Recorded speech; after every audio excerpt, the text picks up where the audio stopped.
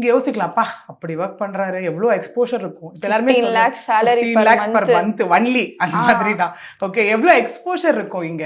இப்போ நார்மலாவே ஒரு ஹஸ்பண்ட் ஒய்ஃப்குள்ள இன்னைக்கு சண்டை வந்து நடக்கிற விஷயம் என்னவா இருக்குன்னா, இவர் இன்னும் பட்டிக்காட்டான் அந்த காலத்து ஆள் மாதிரியே இருக்காருங்க, இன்னும் அந்த பொண்ணு அப்படியே இருக்குங்க, வில்லேஜ்ல இருந்து அந்த பொண்ணு மாதிரி இருக்கு. இங்க எதுவுமே உங்களுக்கு இல்லையே. ஒரு யூஎஸ் கல்ச்சரு எப்படி இருக்கும் உங்களுக்கு, ரொம்ப ப்ராட் மைண்டடாக இருக்கும், எல்லாமே ஓகே. பொண்ணுமே வந்து advocate professional, she is been exposed to society. நல்லது எது கெட்டது எதுன்னு தெரியும். பையனும் ரொம்ப எக்ஸ்போஸ்டு. இங்கேயும் என்ன இருக்கு, பேசிக் ஸ்ட்ரகிள் எதுவுமே இல்லைல்ல அந்த இடத்துல. ஜாலியாக இவங்களே உங்கள் லைஃப்பை லீட் பண்ண போகிறாங்க, அங்கே அவரும் போகிறாரு, எல்லாமே ஓகே.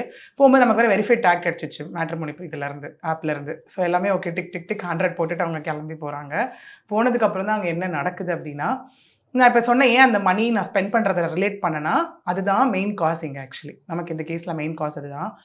இவங்க நல்லாவே புரிஞ்சுக்கணும், நல்ல எல்லாமே கொடுத்து கல்யாணம் பண்ணி கொடுத்துருக்காங்க. ஓகே, ஒரு பொண்ணு ஒரு புது இடத்துக்கு போகும்போது ஆப்வியஸாக அவங்க இண்டிபெண்ட்டாக இருப்பாங்களா டிபெண்ட்டாக இருப்பாங்களான்னு கேட்டால் டிபெண்ட்டாக தான் இருப்பாங்க கண்டிப்பாக. ஹஸ்பண்ட் அப்பயும் போய் அம்மா அப்பாட்ட காசு கொடுன்னு கேட்க முடியாது.